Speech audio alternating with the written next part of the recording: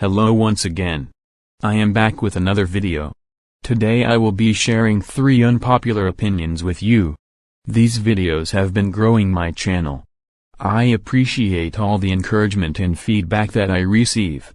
I'm not the best editor, but I am trying my best to put out good content. Before we get started, I would like to add that the first 2 opinions are from fans on the internet. And the last opinion is my own. Disclaimer: these are only opinions and should not be taken to heart.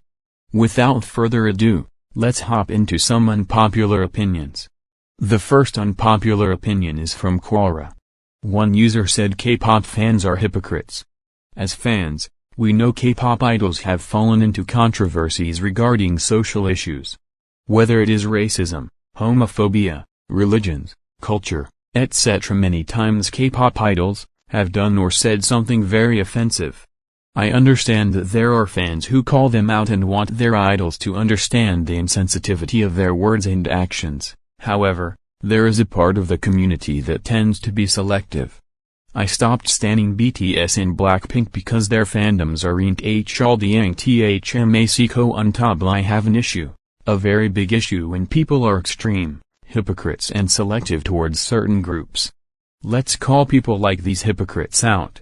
Many groups, whether they are small or big, have said very ignorant and questionable things. You have every right to call them out. But tell me, how are your other favorite groups doing? How is NCT? How is Oh My Girl? How is G-Friend? Tell me, what have you done or said regarding the groups that you stan? It's very problematic when hypocritical fans point fingers towards others but keep quiet about the people they like. I just think it's so funny that you swear to not stan groups who are ignorant or are involved in controversies regarding social issues when your bias from X group did the same thing. Here's my opinion. I personally believe that everyone should be held accountable for the things that they say and do. Like the saying goes, keep that same energy. I don't like how fans pick and choose who they will hold accountable. People find it very easy to bash BTS and Blackpink for something that many other groups have done. BTS and Blackpink understandably are bigger than other groups, therefore, they will have more spotlight on the things they say and do. However, I still feel it is wrong to be hypocritical. There's no such thing as selective change. The next unpopular opinion is on Reddit. This user said it seems like people everywhere are comparing pre-debut or early debut pictures of idols to their most recent comeback photos and saying that they're being whitewashed. For people who might not know, whitewashing is the act of changing someone's appearance to look more white. It can refer just to skin tone, which is where I'm going to focus on. Overall, I think those claims are over-exaggerated and that fans use whitewashing claims as an easy way to criticize Korean culture/K-pop industry.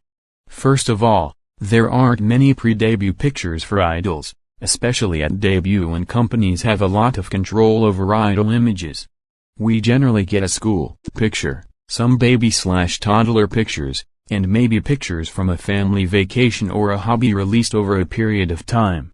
Not only can the photos themselves be overexposed, making an idol's skin look darker, the pictures we get only show how an idol looked at one point, not how they looked their entire childhood. In pictures where an idol is poorly lit or where they're on a vacation, somewhere warm, of course, their skin will look darker than it does in professionally lit pictures. Another point is that skin tone can change over time. Diet, lifestyle, and hormones all play a role in your skin pigmentation. Changes to your diet, lifestyle, and hormones can all affect your skin. An idol who played outdoor sports pre-debut would have a tan from spending time outside. Currently in training indoors, the chances of tanning are slim to none. An idol who grew up in a sunny part of Southeast Asia would have a lot more sun exposure than in Korea.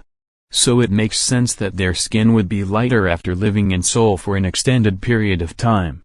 Additionally, even if there's no change in skin color itself, hair, clothes, and makeup can also affect how your skin color looks.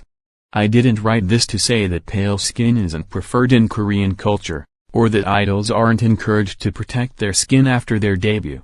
Those are both big parts of Korean beauty standards, and idols with darker skin do get hate for their skin color. However, saying an idol is being whitewashed based on a pre-debut and a post-debut picture is untrue. It also ignores naturally pale idols.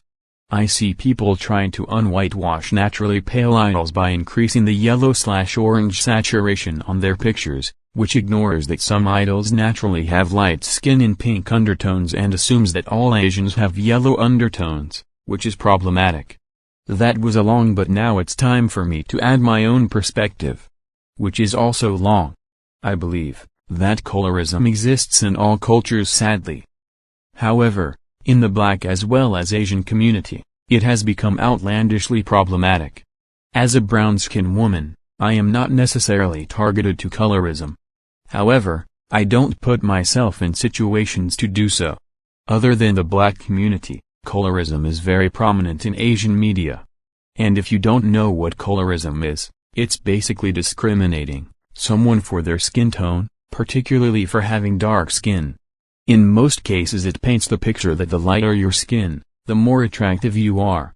For example, a colorist would say that Beyoncé is more beautiful than Kelly Rowland because her skin's lighter than her.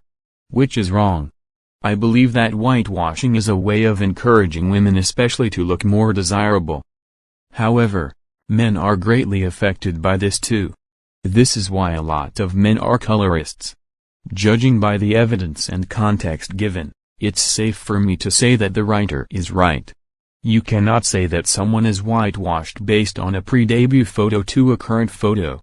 As this person stated, skin complexions change as someone gets older.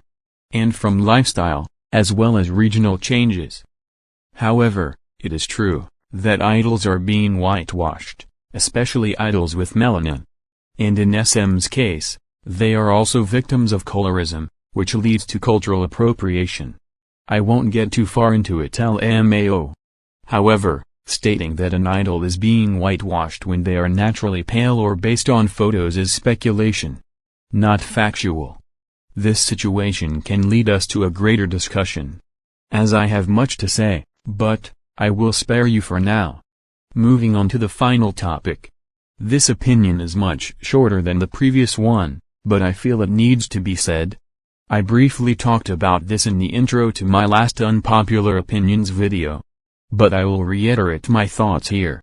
I am neutral in the sexual allegation case against Chris Wu, as I don't know the full story and also don't choose sides without having all evidence point directly to the defendant.